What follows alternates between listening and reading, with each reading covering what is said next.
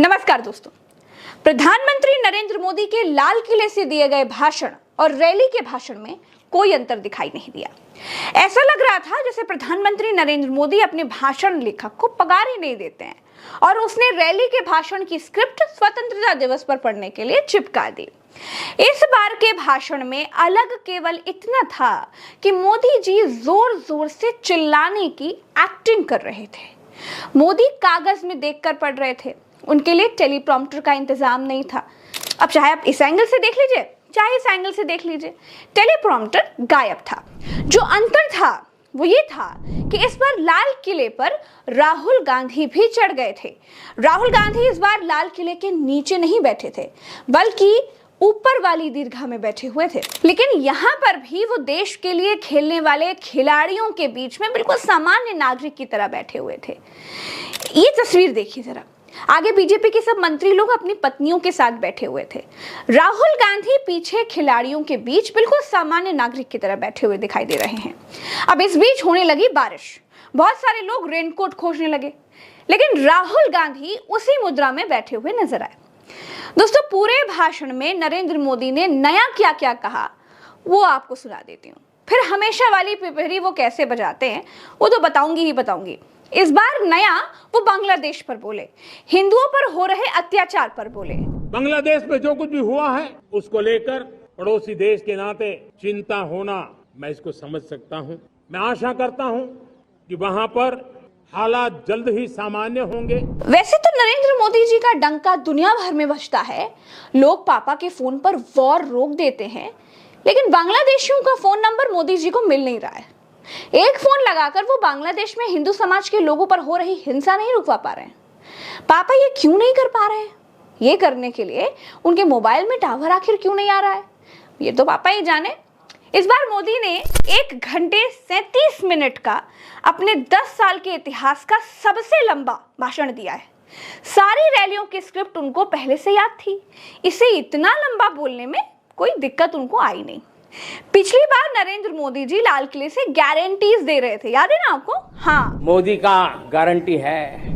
इस बार गारंटी नाम की चिड़िया उनके भाषण से बिल्कुल उड़ चुकी थी, फुर्र हो गई थी।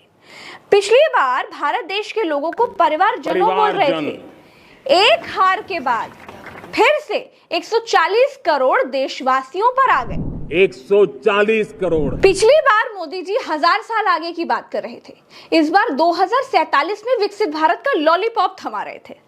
लाल किले से उन्होंने बताया कि सबकी आय दोगुनी हो चुकी है। 2047 विकसित भारत, ये हमारी प्रतीक्षा कर रहा है। जैसा कि मैंने पहले कहा कि लाल किले के भाषण में और रैली वाले भाषण में कोई खास अंतर दिखाई नहीं दिया। मोदी जी ने कहा कि कुछ लोग जब तक खुद का भला नहीं हो तब तक देश का भला नहीं सोचते हैं। कुछ लोगों को निराशा में डूबे हुए लोग बताया। सुनिए और जरा कमेंट में बताइएगा कि आखिर नरेंद्र मोदी जी कह किसको रहे हैं। कुछ लोग होते हैं जो प्रगति देख नहीं सकते, कुछ लोग होते हैं जो भारत का भला सोच नहीं सकते हैं। जब तक खुद का भला न हो तब तक उनको किसी का भला अच्छा नहीं लगता है। ऐसी विकृत मानसिकता से भरे हुए लोगों की कमी नहीं होती है। देश को ऐसे लोगों से बचना होगा। वे निराशा की गर्त में डूबे हुए लोग हैं। ऐसे मुट्ठी भर निराशा की गर्त में डूबे हुए लोग जब उनके गोद में विकृति पलती है तब वो विनाश का कारण बन जाती है, सर्वनाश का कारण बन जाती है, एनार्की का मार्ग ले लेती है और तब देश को इतनी बड़ी हानि हो जाती है जिसकी भरपाई करने में हमें नए सिरे से मेहनत करनी पड़ती है। इसलिए ऐसे जो छुटपुट निराशावादी तत्व होते हैं वो सिर्फ निराशा इतना नहीं है, उनकी गोद में विकृति पल रही है। ये विकृति विनाश के, सर्वनाश के सपने देख रही है, ताने बाने जोड़ने की प्रयासों में लगी हुई है। देश को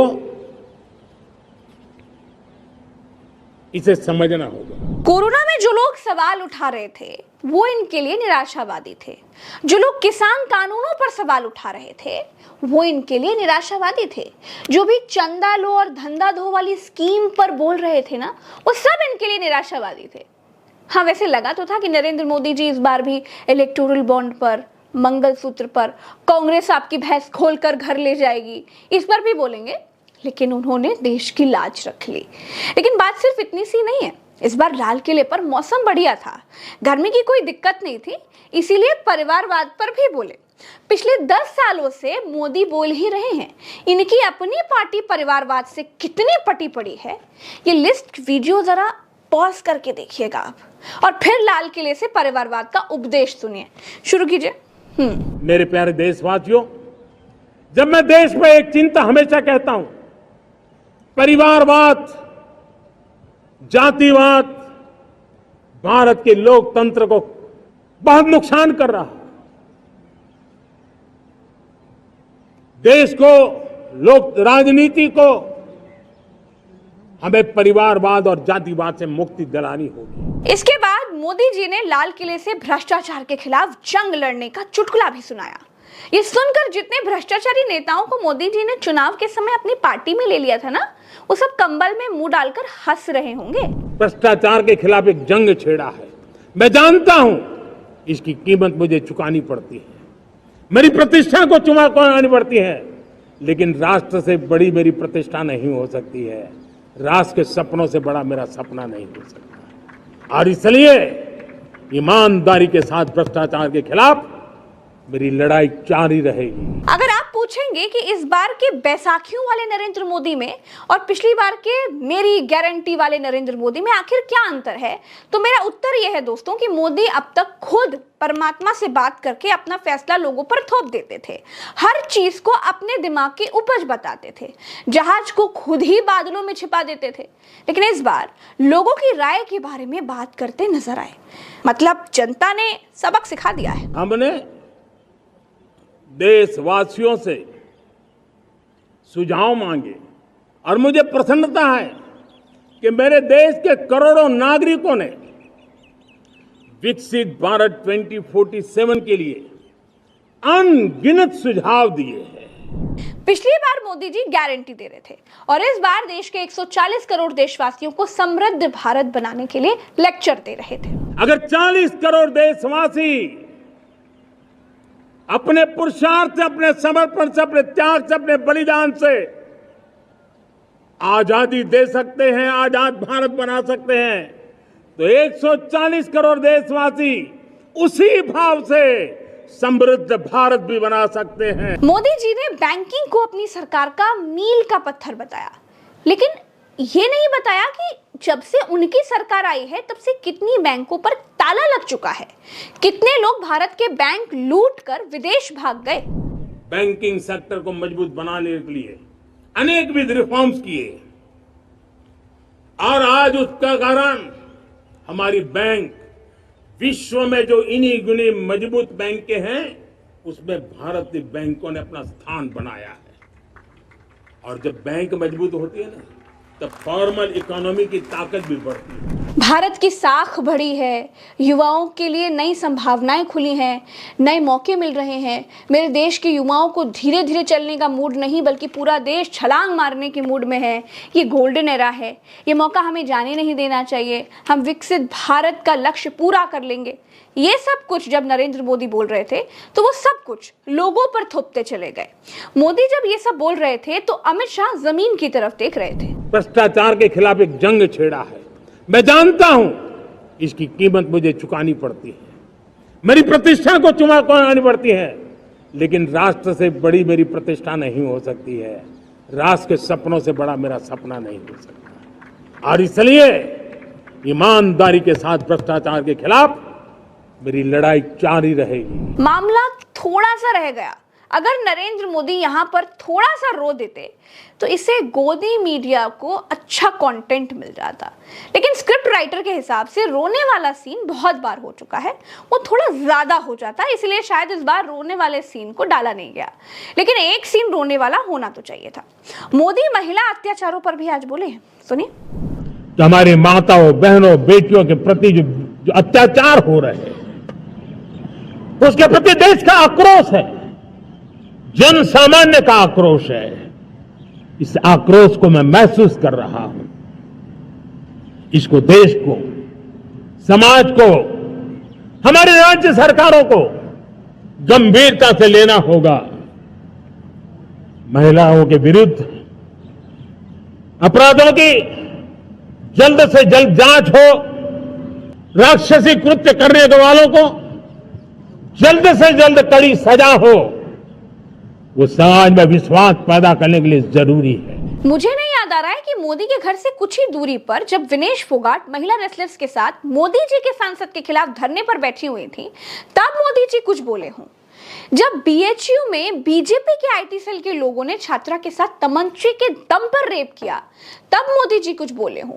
लेकिन दोस्तों, प्रवचन वही है जो दूसरों को दिया जा सके, है ना। खुद की बारी आए तो संसद में सेंगोल लेकर घूमते रहे और बाहर लड़कियां जूतों के नीचे रौंदी जाती रहीं। दोस्तों, जैसा कि मैंने कहा कि ये एक रैली का भाषण ही लग रहा था। अगर बांग्लादेश वाली बात निकाल दी जाए तो किसी भी रैली का भाषण बजाकर ना काम चलाया जा सकता था। अब वन नेशन वन इलेक्शन की भी बात हो गई। जैसे मैंने आपको पहले कहा, धूप थी नहीं, पब्लिक खूब जमाजम आई हुई थी, रैली वाला पूरा माहौल था, तो जो कुछ मोदी जी को याद आ रहा था वो सब बोलते चले गए। देश ने बार बार चुनाव इस देश की प्रगति में रुकावट बन रहे हैं, गतिरोध पैदा कर रहे हैं। आज कोई भी योजना को चुनाव के साथ जोड़ देना आसान हो गया है, क्योंकि हर 3 महीने 6 महीने कहीं न कहीं चुनाव चल रहा है। कोई भी योजना जाहिर करोगे आप तो मीडिया में देखेंगे, चुनाव आया तो फलाना हो गया, चुनाव आया तो फलाना हो गया। हर काम को चुनाव के रंग से रंग दिया गया है और इसलिए देश में व्यापक चर्चा हुई है। सभी राजनीतिक दलों ने अपने विचार रखे हैं। एक कमेटी ने बहुत बढ़िया अपना रिपोर्ट तैयार किया है। वन नेशन वन इलेक्शन के लिए देश को आगे आना होगा। वन नेशन वन इलेक्शन लागू करेंगे कहने वाले, कॉमन सिविल कोड लागू करेंगे कहने वाले, आप कहने लगे हैं कि इसकी चर्चा होनी चाहिए, इसके लिए लोगों को आगे आना चाहिए, ये सब कहने लगे। अब इसका मतलब क्या है? इसका मतलब ये है कि बैसाखियां डिसीजन थोपने से रोकती हैं। मोदी जी बोले सेक्युलर सिविल कोड होना चाहिए जिसमें धर्म के आधार पर भेदभाव ना हो। देश में एक सेक्युलर सिविल कोड हो।